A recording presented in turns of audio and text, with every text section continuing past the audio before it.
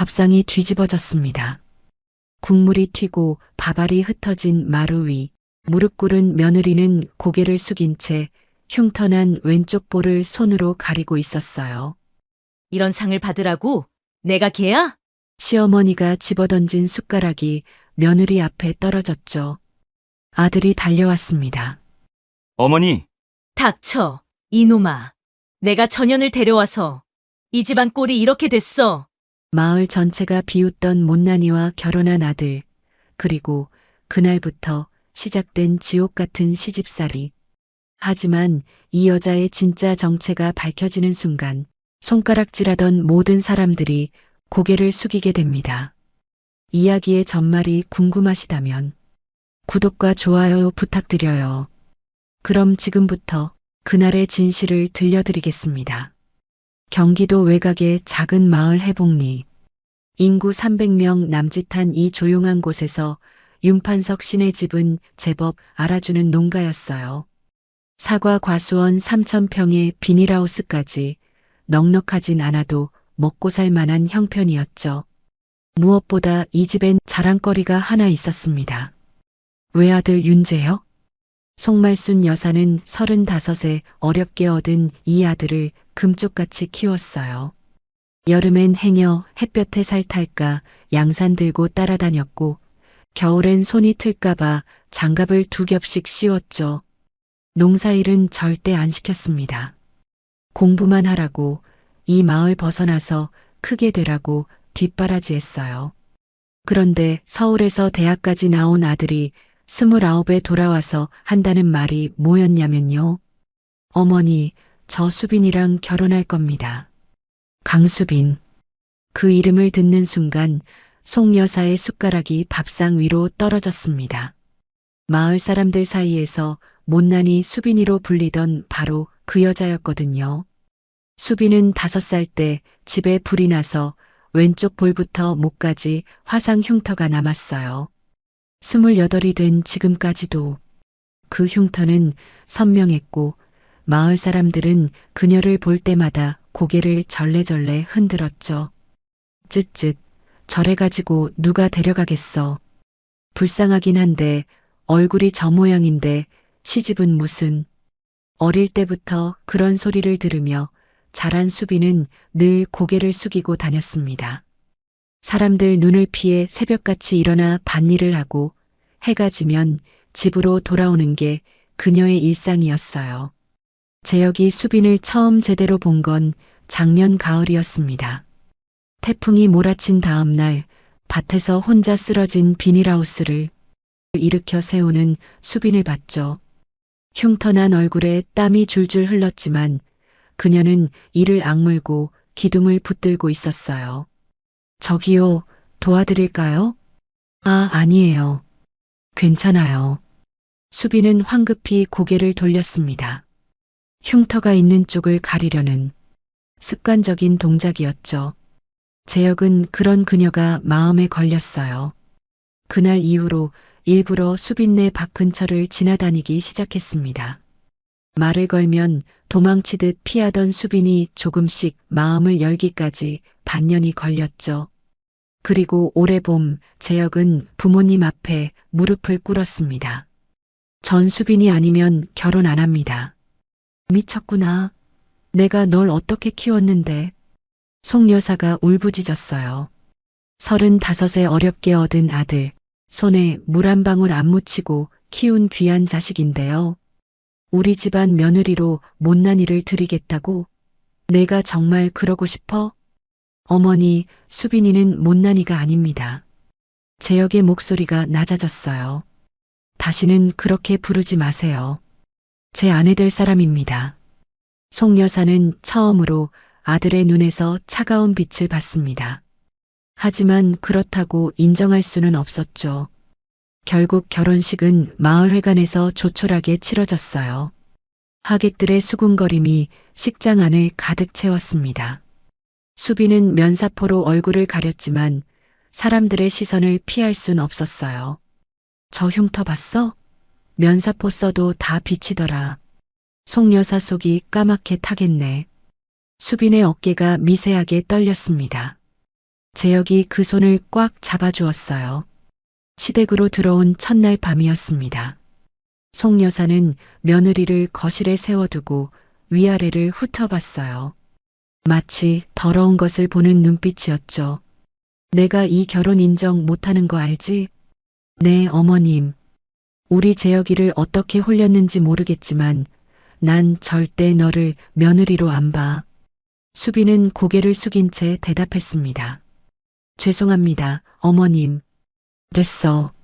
내일부터 새벽 4시 반에 일어나. 이 집에서 밥 먹으려면 그만큼 일해야지. 송 여사가 안방으로 들어가고 수빈은 한참을 그 자리에 서 있었어요. 수빈은 그날 울지 않기로 마음먹었습니다. 그때였습니다. 복도 끝에서 낮은 목소리가 들려왔어요.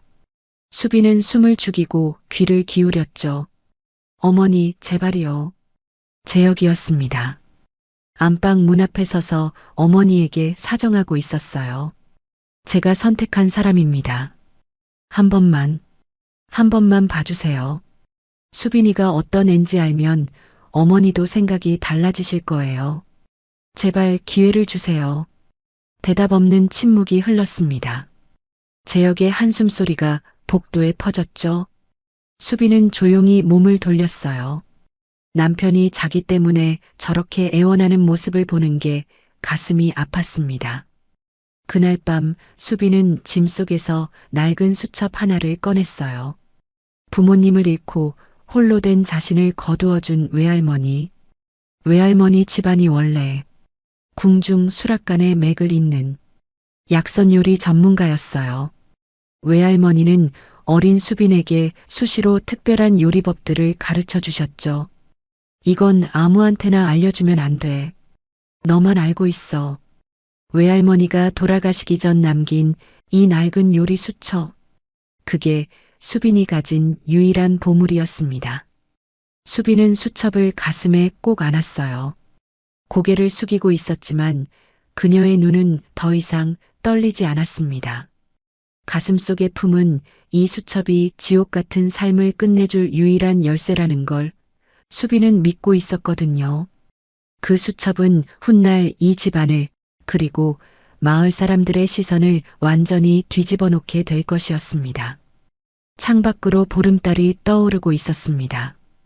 바로 그 시각 마을 어귀에 검은 승용차 한 대가 멈춰 섰어요. 차에서 내린 건 양복을 빳빳하게 차려입은 중년 남자였습니다. 그는 윤신의 집을 한참 바라보다가 전화기를 꺼내 들었죠. 찾았습니다, 회장님. 수빈의 비밀은 요리 수첩만이 아니었습니다. 그녀의 과거에는 그녀도 모르는 또 다른 비밀이 묻혀 있었어요. 다음 날 아침 마을 어귀 정자나무 아래에 아낙네들이 모여 있었어요. 그 중심에 송말순 여사가 앉아 있었습니다. 이장 부인 박 씨가 옆자리를 차지하고 있었죠.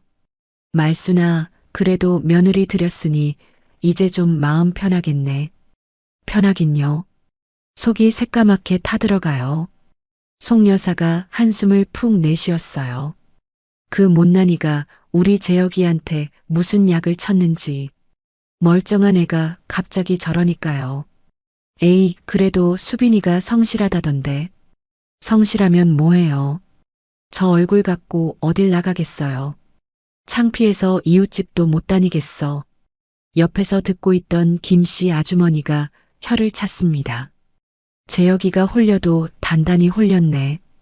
서울에서 대학까지 나온 애가 왜 하필. 그러게요.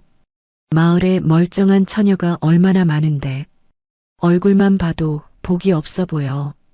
저런 며느리 들이면 집안이 기운다니까. 아낙네들이 서로 눈빛을 주고받았습니다. 며느리 험담이 시작되면 온 마을에 퍼지는 건 시간 문제였죠. 그 시각 수빈은 비닐하우스에서 일하고 있었어요. 새벽 4시 반에 일어나 밥을 짓고 아침상을 차리고 설거지까지 마친 뒤였습니다.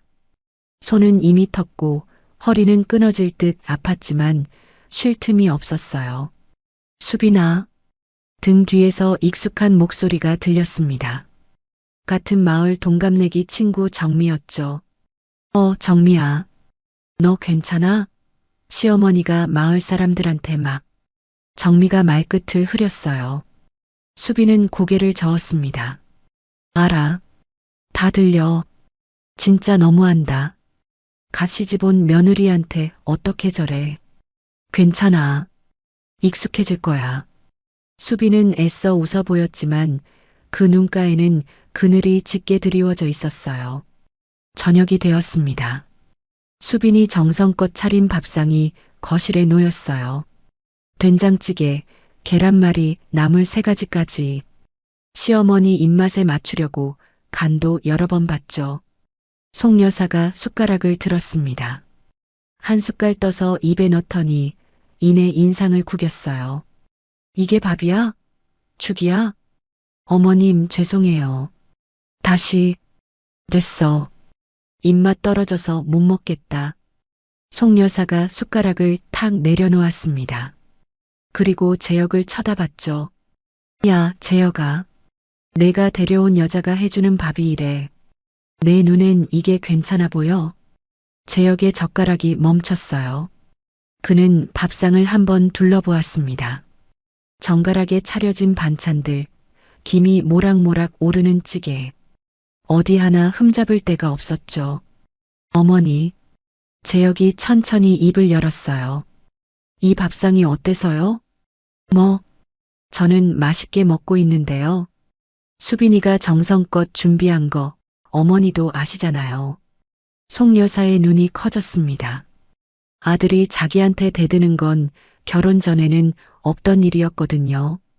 지금 나한테 뭐라는 거야? 사실대로 말씀드리는 거예요. 수빈이가 뭘 해도 어머니는 트집 잡으시잖아요. 이놈이. 송 여사가 벌떡 일어났어요. 손이 부들부들 떨리고 있었죠. 그래, 좋아. 나보다 네 여자가 좋으면 너희끼리 살아. 나는 이 집 나갈 테니까. 송 여사가 안방으로 쿵쿵 걸어 들어갔습니다. 문이 쾅 닫혔어요. 그런데 얼마 지나지 않아 안방에서 신음소리가 새어나왔습니다. 뒷목이야, 뒷목. 재혁이 벌떡 일어났어요. 어머니. 안방 문을 열자 송 여사가 뒷목을 움켜쥔 채 이불 위에 쓰러져 있었습니다. 얼굴이 벌겋게 달아올라 있었죠. 여보, 어머니가. 수빈도 달려왔어요. 송 여사의 상태를 본 순간 수빈의 눈빛이 달라졌습니다. 잠깐만요. 수빈은 부엌으로 뛰어갔어요. 화병에는 대추와 감초 그리고 수빈의 손이 능숙하게 움직였어요. 20분 뒤 그녀는 작은 찻잔을 들고 안방으로 들어왔습니다. 어머님, 이거 한 번만 드셔보세요. 뭔데? 이상한 거 아니겠지? 송 여사가 경계하는 눈으로 쳐다봤어요. 하지만 뒷목이 너무 아파서 거부할 여유가 없었죠. 마지못해 한 모금 마셨습니다. 따뜻한 액체가 목을 타고 내려갔어요. 이상하게도 답답하던 가슴이 조금씩 풀리는 느낌이었죠. 뭐야 이거. 송 여사가 중얼거렸어요. 이상하게. 속이 편하네. 수빈은 대답 없이 조용히 물러났습니다. 송 여사는 그런 며느리를 이상한 눈으로 쳐다봤지만 이내 눈을 감았어요. 재혁이 수빈의 손을 잡았습니다. 미안해. 내가 힘든 거 알면서 모른 척했어. 수빈의 눈가가 붉어졌어요. 시집 온 뒤 처음으로 남편이 자기 편을 든 순간이었습니다. 하지만 그 순간도 잠시였어요. 안방에서 송 여사의 흐느끼는 소리가 새어나왔습니다. 내가 뭘 잘못했다고. 29년을 저 하나만 바라보고 살았는데 송 여사에게 아들은 전부였어요. 그런데 그 아들이 오늘은 며느리 편을 들었습니다. 그 순간 송 여사는 처음으로 자기 세상이 무너지는 소리를 들었죠. 그날 밤이었습니다. 수빈은 잠들지 못하고 마루에 나와 앉아 있었어요. 달빛이 마당을 하얗게 비추고 있었죠. 그때 이상한 느낌이 들었습니다. 누군가 자신을 보고 있는 것 같은 느낌이었어요. 수빈이 고개를 돌렸습니다. 담장 너머 어둠 속에서 사람 그림자 하나가 스쳐 지나갔어요. 누구세요? 어둠 속에선 아무런 답도 돌아오지 않았습니다. 하지만 수빈은 본능적으로 알 수 있었습니다. 외할머니가 돌아가시기 전 남긴 때가 되면 너를 찾는 사람이 올 것이라던 그 수수께끼 같은 말이 드디어 현실이 되려 한다는 것을요. 다음 날 아침 마을에 소문이 돌기 시작했습니다. 고급 승용차가 마을 어귀에 서 있었대. 양복 입은 남자가 윤신의 집 앞을 서성였다더라. 송 여사는 하루 종일 가슴이 덜컥거렸어요. 체면이 무너지는 건 한순간이니까요. 저녁, 송 여사가 수빈을 불렀습니다. 그 차, 너랑 관계 있는 거야? 어머님, 저는 정말 몰라요. 송 여사는 분노가 아니라 두려움에 떨고 있었어요. 우리 집안이 너 때문에 손가락질 당하게 생겼어. 수빈은 대답하지 못했습니다. 자기도 몰랐거든요. 왜 하필 지금 그 사람들이 자신을 찾는지. 폭풍은 이미 마을 어귀에 도착해 있었습니다. 다음 날 새벽 수빈은 여느 때처럼 부엌에서 밥을 짓고 있었어요. 그때 대문 밖에서 인기척이 났습니다. 이른 아침에 누가 왔을까? 수빈이 조심스럽게 대문을 열었어요. 검은 양복 차림의 남자가 서 있었습니다. 어젯밤 담장 너머로 스쳐 지나간 그 그림자의 주인이었죠. 누구세요? 남자가 천천히 고개를 숙였어요. 공손하고 조심스러운 인사였습니다. 20년을 찾았습니다, 아가씨. 수빈의 심장이 멈추는 것 같았어요. 무슨 말씀이신지. 회장님께서 찾고 계십니다. 강수빈 아가씨, 아니, 서수빈 아가씨라고 불러드려야 할까요? 수빈의 얼굴이 하얗게 질렸습니다. 저한테 무슨, 이 명함을 받아주십시오. 회장님께서 직접 만나 뵙고 싶어 하십니다. 남자가 내민 명함에는 태성그룹이라는 글자가 선명하게 박혀 있었어요. 태성그룹. 대한민국 10대 재벌 중 하나였죠. 수빈의 손이 떨렸습니다. 잘못 찾아오신 것 같아요. 저는 그런 분들이랑 아무 관계도 아닙니다. 틀림없이 맞습니다. 남자의 눈빛이 단호했어요. 회장님께서 20년 넘게 찾으셨습니다. 이번 주 안으로 연락드리겠습니다. 남자는 그 말만 남기고 사라졌어요. 수빈은 한참을 그 자리에 서 있었습니다. 손에 쥔 명함이 납덩이처럼 무거웠죠. 그런데 문제는 이 장면을 누군가가 보고 있었다는 거예요. 담장 너머로 고개를 내밀고 있던 김씨 아주머니였습니다. 세상에, 김씨 아주머니의 눈이 휘둥그레졌어요. 양복 입은 남자가 수빈에게 뭔가를 건네고 간 장면을 똑똑히 봤거든요. 1시간도 안 돼서 마을 전체에 소문이 퍼졌습니다. 윤신의 며느리한테 빚쟁이가 왔대. 아니래, 사채업자래. 양복 입은 남자가 뭘 건넸다더라. 아마 독촉장 아닐까? 어휴, 저 집안 이제 끝났네. 소문은 눈덩이처럼 불어났어요. 점심때가 되자 송 여사의 귀에도 들어갔죠. 뭐라고? 송 여사의 얼굴이 시뻘겋게 달아올랐습니다. 그년이 사채까지 끌어다 썼어?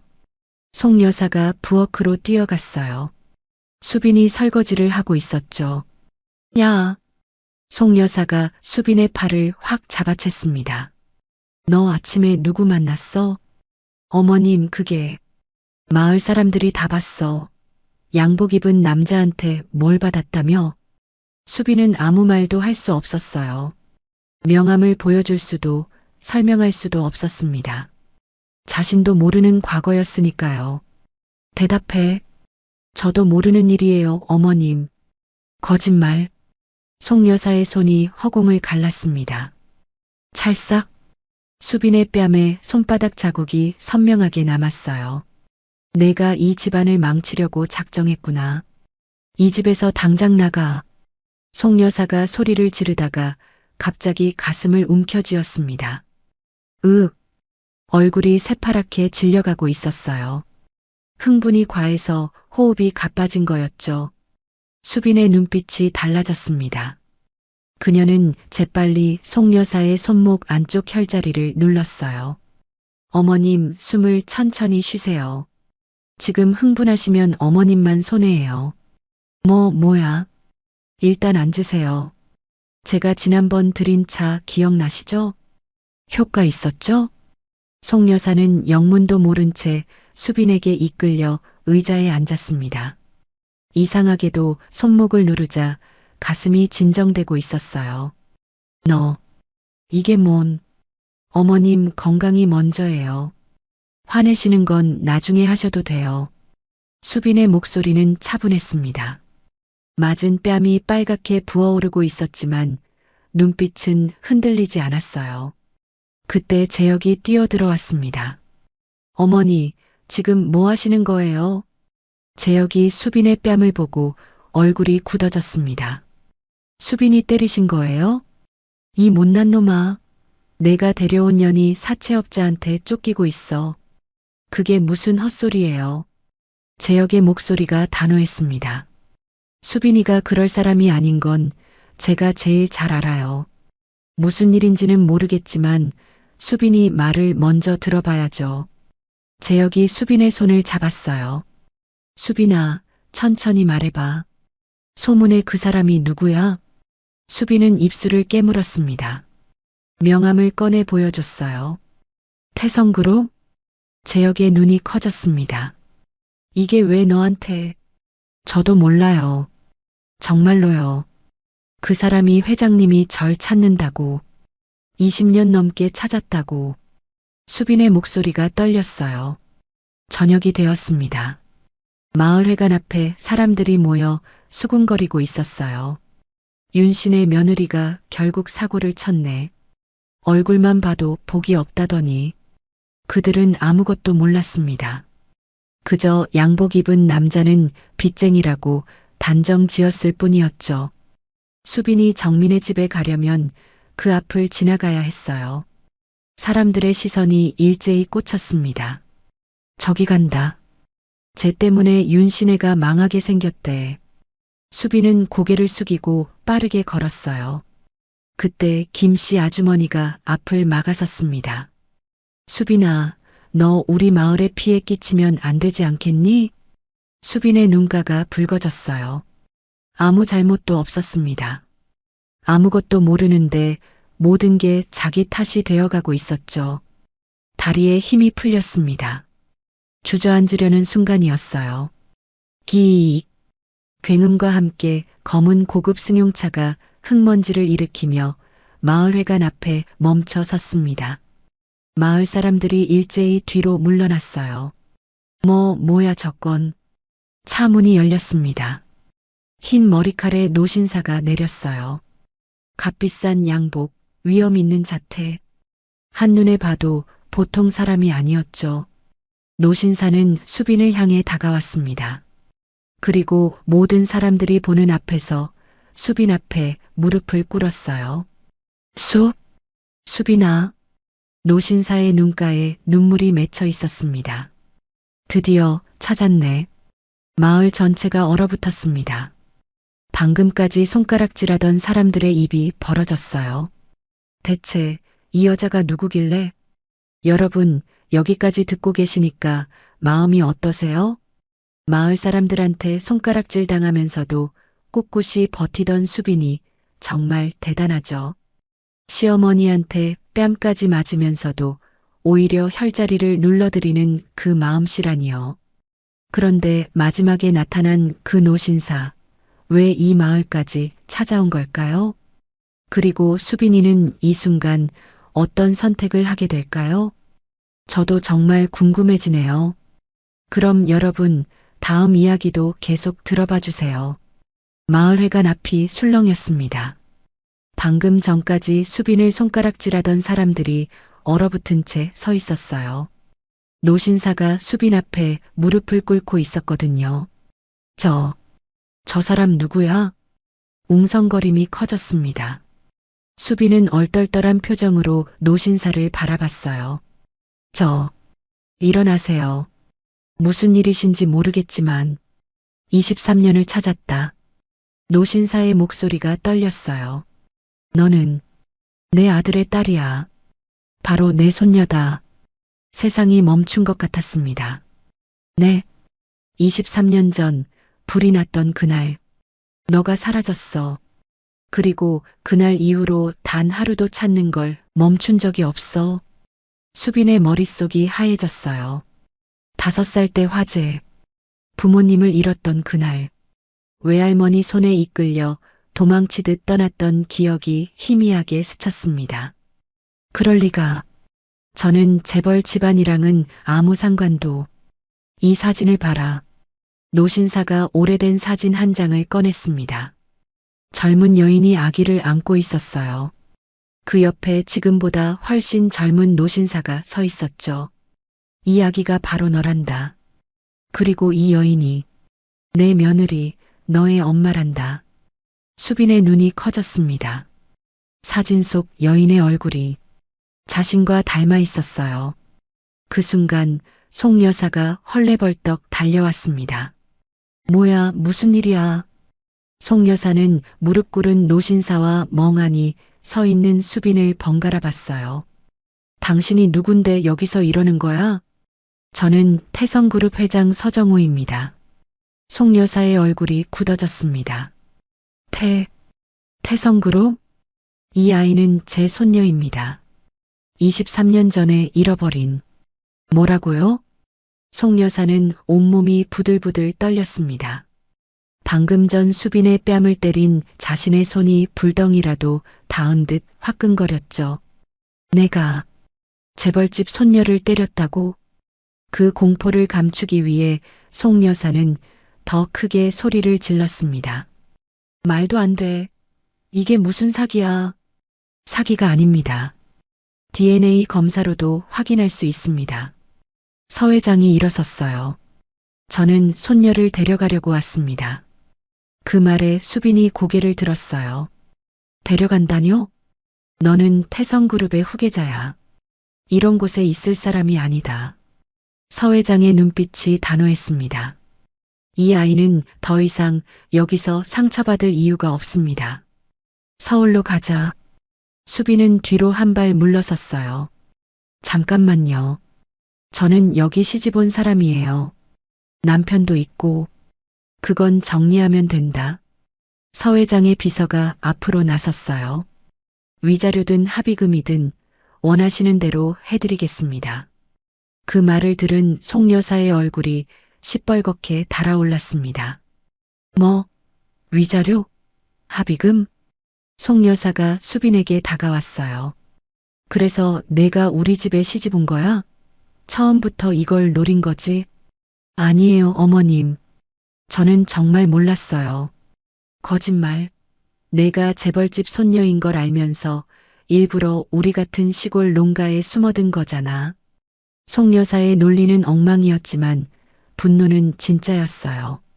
우리 재혁이를 이용한 거지? 숨어 지내려고. 그게 아니에요. 닥쳐. 송 여사가 소리쳤습니다. 넌 처음부터 우리 집안을 속인 거야. 이 사기꾼. 그 순간 서 회장의 눈빛이 얼음장처럼 차가워졌습니다. 사기꾼이라뇨. 낮지만 위험 있는 목소리였어요. 내 손녀의 얼굴에 난 저 손바닥 자국. 방금 당신이 한 짓입니까?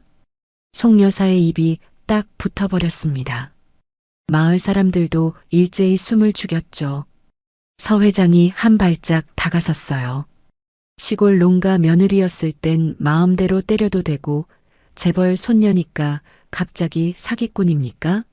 참 편리한 논리시네요. 송 여사의 얼굴이 사색이 됐습니다. 마을 사람들이 또다시 수군거리기 시작했어요. 아까와는 다른 이유로요. 그때 재혁이 달려왔어요. 수빈아. 재혁은 수빈의 손을 잡았습니다. 무슨 일이야? 다들 왜 이래? 수빈은 재혁을 바라봤어요. 눈물이 그렁그렁 맺혀 있었죠. 여보, 나도 몰랐어. 정말로. 서 회장이 재혁을 쳐다봤습니다. 당신이 이 아이 남편입니까? 네, 그렇습니다. 손녀를 데려가겠습니다. 방해하지 마십시오. 재혁은 잠시 멍해졌어요. 재벌 회장이라는 사람이 아내를 데려가겠다고 합니다. 아내는 그 집안의 손녀라고 하고요. 너무 갑작스러웠습니다. 하지만 재혁은 수빈을 자기 뒤로 숨겼어요. 아무리 회장님이라도 제 아내를 함부로 데려가실 순 없습니다. 서 회장의 눈썹이 꿈틀했습니다. 함부로라니. 내 손녀를 데려가는 게 왜 함부로입니까? 수빈이는 제 아내예요. DNA가 어떻든 수빈이가 원하지 않으면 안 됩니다. 재혁의 목소리는 떨렸지만 단호했어요. 수빈은 그런 남편의 등을 바라봤습니다. 가슴 한구석이 따뜻해졌죠. 하지만 송 여사가 끼어들었어요. 재혁아, 정신 차려. 전현이 널 속인 거라고. 어머니, 수빈이는 자기도 몰랐다고 했잖아요. 그걸 어떻게 믿어? 재벌집 손녀가 우연히 우리 집에 시집 왔다고? 재혁의 눈빛이 흔들렸습니다. 수빈아, 정말 몰랐던 거 맞지? 수빈은 대답하지 못했어요. 그 순간 언젠가 너를 찾는 사람이 올 것이라던 외할머니의 수수께끼 같은 말들이 머릿속을 스치고 지나갔습니다. 사실인지 아닌지 자신조차 확신할 수 없었기에 침묵은 길어질 뿐이었죠. 재혁의 손에서 힘이 조금씩 빠지는 게 느껴졌어요. 나도 생각할 시간이 필요해. 재혁은 더 이상 말을 잇지 못하고 고개를 떨궜습니다. 수빈은 그 자리에 서서 무너지는 것 같았습니다. 시어머니는 사기꾼이라 부르고 마을 사람들은 여전히 수군거리고 남편마저 고개를 떨궜어요. 재벌집 손녀라는 진실이 밝혀졌는데 왜 모든 게 더 무너지는 걸까요? 서 회장이 수빈에게 손을 내밀었습니다. 가자꾸나. 이런 곳에 내가 더 있을 필요 없다. 수빈은 눈물을 훔쳤어요. 그리고 천천히 고개를 들었습니다. 자신을 사기꾼이라 욕하는 마을 사람들, 사르르 떨고 있는 시어머니를 차분하게 바라봤어요. 수빈의 눈빛이 달라져 있었습니다. 어머님, 송 여사가 움찔했어요. 제가 정말 사기꾼인지 서울 가서 직접 확인해 보시겠어요? 수빈의 목소리는 떨리지 않았습니다. 숨어온 적 없어요. 이제는 제 이름으로 서겠습니다. 마을회관 앞이 조용해졌습니다. 방금 전까지 고개 숙이고 울기만 하던 며느리가 아니었어요. 수빈은 서 회장의 손을 잡았습니다. 차가 마을을 빠져나가기 시작했어요. 한참을 달리던 중 수빈의 머릿속에 외할머니의 수수께끼 같은 조각조각 흩어졌던 말들이 머릿속에서 하나로 맞춰졌어요. 수빈이 먼저 입을 열었습니다. 할아버님, 서 회장이 고개를 돌렸어요. 외할머니는 돌아가실 때까지 두려워하셨어요. 수빈의 목소리가 낮게 가라앉았습니다. 그날의 화재가 단순한 사고가 아니라고 하셨어요. 누군가 우리 가족을 해치려 했기에 제 목숨이라도 구하려면 죽은 사람처럼 숨어 지낼 수밖에 없었다고요. 서 회장의 얼굴이 굳어졌습니다. 그래서 23년이나 찾지 못한 거구나. 서 회장의 눈가가 붉어졌어요. 미안하다, 수빈아. 할아버지가 지켜주지 못해서. 할아버님 잘못이 아니에요. 서 회장이 수빈을 물끄러미 바라봤어요. 내 외할머니가 정말 큰 일을 하셨구나. 목숨을 걸고 너를 지켜내셨어. 창밖으로 수빈은 멀어져가는 해복리 마을을 바라봤어요. 이제 그곳은 숨어 지내던 곳이 아니었습니다. 다시 돌아와 당당히 서야 할 곳이었죠. 검은 승용차가 서울 한복판에 멈춰 섰습니다. 태성그룹 본사 빌딩이었어요. 유리로 된 거대한 건물이 하늘을 찌를 듯 솟아 있었죠. 수빈은 차에서 내리며 고개를 들었습니다. 여기가 내 집이다. 서 회장은 수빈을 데리고 전용 엘리베이터에 올랐습니다. 순식간에 도착한 곳은 본사 빌딩 최상층에 위치한 펜트하우스였어요. 통유리 너머로 서울 시내가 발 아래로 펼쳐졌죠. 일단 준비부터 하자. 오늘 저녁 이사짐 만찬이 이 건물 연회장에서 있다. 거실 문이 열리자 대기하고 있던 스타일리스트들이 일제히 고개를 숙였습니다. 아가씨, 이쪽으로 앉으세요. 3시간이 흘렀습니다. 거울 앞에 선 수빈은 자신의 모습을 믿을 수가 없었어요. 시골에서 입던 낡은 옷 대신 실크 드레스가 몸을 감싸고 있었습니다. 흩어져 있던 머리카락은 우아하게 올려져 있었고 얼굴의 화상 흉터는 전문 메이크업으로 자연스럽게 가려져 있었죠. 아가씨, 정말 아름다우세요. 스타일리스트가 감탄했어요. 수빈은 거울 속 자신을 바라봤습니다. 해복리 마을에서 못난이라고 불리던 그 여자가 아니었어요. 당당하고 우아한 재벌가의 후계자가 거기 서 있었죠. 저녁 만찬장에 수빈이 입장했습니다. 웅성거림이 퍼졌어요. 저분이 회장님의 잃어버린 손녀라던데 DNA 검사 결과도 나왔다더군. 저렇게 아름다운 분이. 수빈은 고개를 꼿꼿이 세우고 걸었습니다. 시선이 쏟아졌지만 더 이상 움츠러들지 않았어요. 서 회장이 수빈의 손을 잡고 단상에 올랐습니다. 오늘 여러분께 소개할 사람이 있습니다. 서 회장의 목소리가 울려 퍼졌어요. 23년 전 잃어버렸던 내 손녀 서수빈입니다. 오늘부로 태성그룹의 정식 후계자로 등록됩니다. 박수가 터져 나왔습니다. 수빈은 그 박수 소리를 들으며 생각했어요. 해복리 사람들이 이 모습을 본다면 바로 그때였습니다. 서 회장이 갑자기 가슴을 움켜쥐었어요. 할아버지, 수빈이 달려갔습니다. 서 회장의 얼굴이 창백해지고 있었죠. 괜찮아. 원래 심장이 좀. 비서님, 약 가져오세요. 주변이 술렁였어요. 비서가 약을 가져왔지만 서 회장은 고개를 저었습니다. 이 약은 요즘 효과가 없어? 수빈의 눈빛이 달라졌습니다. 그녀는 재빨리 서 회장의 손목을 잡았어요. 맥을 짚는 거였죠. 할아버지, 혹시 평소에 가슴이 답답하고 잠을 잘 못 주무세요? 어떻게 알았니? 저한테 방법이 있어요. 수빈은 만찬장 주방으로 뛰어갔습니다. 외할머니의 수첩이 머릿속에 펼쳐졌어요. 심장이 약한 분께는 연자육과 산조인을. 30분 뒤 수빈은 작은 찻잔을 들고 돌아왔습니다. 이걸 드셔보세요.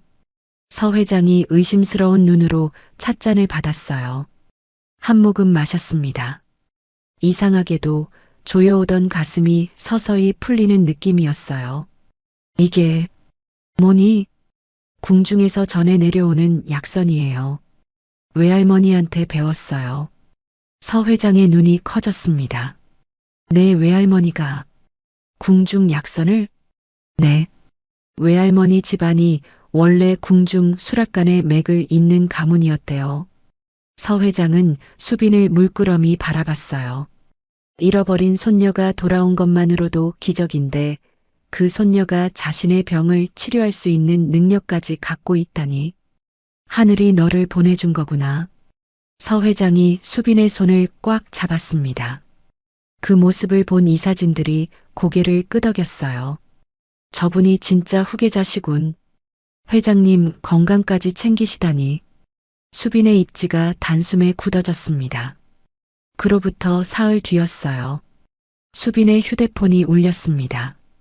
화면에 뜬 이름은 시어머니였어요. 수빈은 잠시 망설이다가 전화를 받았습니다. 여보세요? 수빈아? 송 여사의 목소리가 떨리고 있었어요. 아이고, 우리 며느님. 서울 잘 도착했어? 수빈은 아무 말도 하지 않았습니다. 그때 내가 좀 흥분해서. 원래 그런 뜻이 아니었어.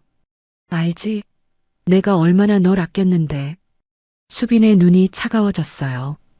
뺨을 때리던 손, 사기꾼이라고 소리치던 목소리가 떠올랐습니다. 그래서요, 어머님? 그러니까 우리 오해 좀 풀자고. 내가 해복리에서 잘못한 거 사과할게. 응? 송 여사의 목소리가 애처로워졌어요. 제발 재혁이 앞길 막지 말아줘. 응?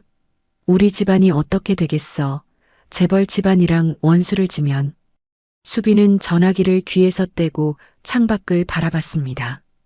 서울의 야경이 반짝이고 있었어요. 어머님, 수빈이 천천히 입을 열었습니다. 마을 사람들 앞에서 저를 사기꾼이라고 하셨죠. 그분들 앞에서 해명해 주시면 생각해 볼게요.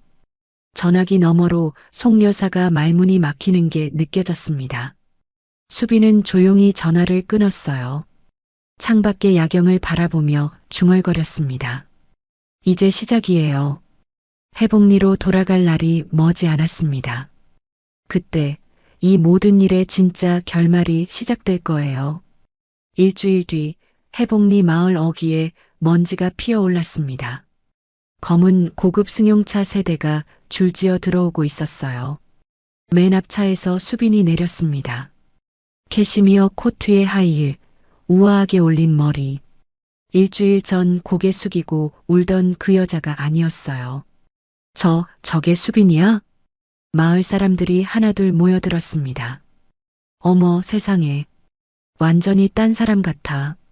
수빈의 뒤로 검은 양복 차림의 수행원들이 줄지어 섰어요. 서 회장도 지팡이를 짚고 차에서 내렸죠. 마을회관 앞이 순식간에 술렁였습니다. 수빈은 천천히 걸어갔어요. 그때 김씨 아주머니가 눈에 들어왔습니다. 일주일 전 마을에 피해 끼치면 안 되지 않겠니? 하며 길을 막았던 바로 그 사람이었죠. 수빈이 다가가자 김씨 아주머니의 얼굴이 하얗게 질렸어요. 아, 아가씨. 그때는 제가 몰라서. 수빈은 아무 말 없이 지나쳤습니다. 김씨 아주머니가 황급히 길을 터줬어요. 고개도 제대로 들지 못한 채요. 마을 사람들이 양쪽으로 갈라졌습니다. 빚쟁이 취급하며 손가락질하던 사람들, 등 뒤에서 수군거리던 사람들이 이제는 눈도 못 마주쳤어요. 수빈은 윤신의 집 대문 앞에 멈춰 섰습니다. 대문이 열렸어요. 송 여사가 나왔습니다. 얼굴이 초췌했어요. 지난 일주일간 잠을 제대로 못 잔 게 분명했죠. 수빈아. 송 여사의 목소리가 떨렸습니다. 아이고, 우리 며느리. 이렇게 와주다니. 어서 들어와. 수빈은 움직이지 않았어요. 어머님. 차가운 목소리였습니다. 저번에 전화로 말씀드렸죠? 마을 사람들 앞에서 해명해 주시면 생각해 보겠다고요. 송 여사의 얼굴이 굳어졌어요.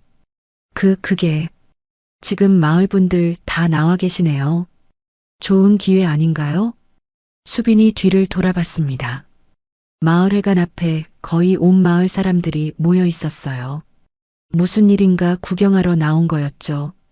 송 여사의 입술이 바들바들 떨렸습니다. 수빈아, 그건 좀. 아니면. 수빈이 서 회장을 바라봤어요. 할아버지, 법적으로 진행해도 될까요? 폭행죄의 명예훼손까지면 어느 정도 나올까요? 서 회장이 고개를 끄덕였습니다. 비서실에서 검토해 봤는데 최소 2천만 원 이상의 합의금과 형사처벌이 가능하다더구나. 송 여사의 다리가 풀렸어요. 2천만 원? 물론 합의 없이 끝까지 간다면 더 커질 수도 있고. 송 여사가 털썩 무릎을 꿇었습니다. 수빈아, 잘못했어. 내가 잘못했어. 마을 사람들이 웅성거렸어요. 말순이가 무릎을 꿇었어? 평생 고개 한 번 안 숙이던 사람이. 송 여사가 두 손을 싹싹 비볐습니다. 내가 눈이 멀었어. 그동안 내가 얼마나 고생했는지, 얼마나 성실하게 했는지 알면서도 내 뺨까지 때렸어. 송 여사의 눈에서 눈물이 흘러내렸어요. 마을 사람들한테도 잘못된 말 퍼뜨렸어. 수빈이가 사기꾼이라고, 빚쟁이한테 쫓기고 있다고. 다 거짓말이었어. 마을 사람들의 얼굴이 달아올랐습니다. 자신들도 그 소문을 믿고 손가락질했으니까요. 그때 재혁이 뛰어나왔습니다. 수빈아. 재혁은 수빈 앞에 멈춰 섰어요. 눈가가 붉었습니다. 미안해. 정말 미안해. 내가 그때 내 손을 잡았어야 했어. 생각할 시간이 필요하다니 그게 무슨 남편이야. 재혁의 목소리가 갈라졌습니다. 다시 한 번만 기회를 줘. 이번엔 끝까지 내 편에 설게. 수빈은 재혁을 바라봤어요. 한때 세상에서 유일하게 자기 편이었던 사람. 그 손이 떨어졌을 때 세상이 무너지는 것 같았죠. 여보. 수빈이 천천히 입을 열었습니다. 그때 당신이 고개를 떨구었을 때 저는 이 집에서 완전히 혼자가 됐어요. 재혁의 얼굴이 창백해졌어요. 하지만 수빈의 눈빛이 부드러워졌습니다. 당신이 회장님 앞에서 저를 지키려 했던 것도 기억해요. DNA가 어떻든 상관없다고 제 아내라고 했잖아요. 재혁이 고개를 들었습니다. 그 말이 저한테 마지막 희망이었어요. 그래서 아직 결정을 못 내린 거예요. 수빈이 재혁에게 한 발짝 다가갔어요. 당신에게 시간을 줄게요. 저도 시간이 필요하니까. 재혁의 눈에서 눈물이 흘러내렸습니다. 수빈은 마지막으로 마을 사람들을 둘러봤어요. 저는 이 마을에서 못난이 수빈으로 불렸어요. 얼굴 때문에, 집안 때문에 손가락질 받았죠. 마을 사람들이 고개를 숙였습니다. 하지만 저는 복수하러 온 게 아니에요. 수빈의 목소리가 단단했어요. 그냥 제 이름을 되찾으러 왔을 뿐이에요. 더 이상 숨지 않고 당당하게 살려고요. 서 회장이 수빈의 어깨에 손을 얹었습니다. 이제 가자꾸나. 내 자리로. 수빈은 고개를 끄덕였어요. 검은 승용차 문이 열렸습니다. 수빈이 차에 오르기 전 뒤를 돌아봤어요. 시어머니는 여전히 무릎을 꿇고 있었고 재혁은 눈물을 훔치고 있었습니다. 마을 사람들은 아무도 고개를 들지 못했어요. 수빈은 작게 미소 지었습니다. 더 이상 이 마을의 못난이 며느리가 아니었어요. 태성그룹의 후계자 서수빈. 그녀의 새로운 이야기가 이제 막 시작되고 있었습니다. 여러분, 수빈의 화려한 역전극 어떻게 보셨나요? 무릎 꿇은 시어머니와 고개 숙인 마을 사람들. 정말 가슴이 다 시원해지는 결말이었습니다. 하지만 가장 멋졌던 건 그들 위해서 군림하는 게 아니라 당당하게 내 이름으로 살겠다고 선포한 수빈의 모습이었죠. 수빈의 새로운 인생을 우리 모두 응원해 주세요. 우리 삶에서도 비슷한 순간이 있잖아요. 아무리 노력해도 인정받지 못할 때, 가장 가까운 사람한테 오해받을 때, 세상이 전부 적처럼 느껴질 때요. 그럴 때 기억해 주세요. 진짜 내 가치는 남들의 평가가 아니라 내가 어떤 사람인지에서 나온다는 거요. 수빈이처럼 끝까지 자기 자신을 지키면 언젠가는 반드시 빛나는 날이 옵니다. 늦을 수는 있어도 안 오는 법은 없더라고요. 힘든 하루를 보내고 계신 분이 있다면 수빈이처럼 조금만 더 버텨보시길 바랍니다. 당신의 진짜 이름을 되찾는 날이 분명히 올 거예요. 그런데 여러분, 한 가지 여쭤볼게요. 만약 여러분이 수빈이라면 끝까지 흔들렸던 남편 재혁을 다시 받아주실 건가요? 1. 받아준다. 그래도 내 편이 되어주려 했으니까. 2. 절대 안 된다. 한번 놓은 손은 끝이다. 여러분의 선택을 댓글로 남겨주세요. 이야기가 마음에 남으셨다면 구독과 좋아요 부탁드려요. 오늘도 끝까지 들어주셔서 진심으로 감사드립니다.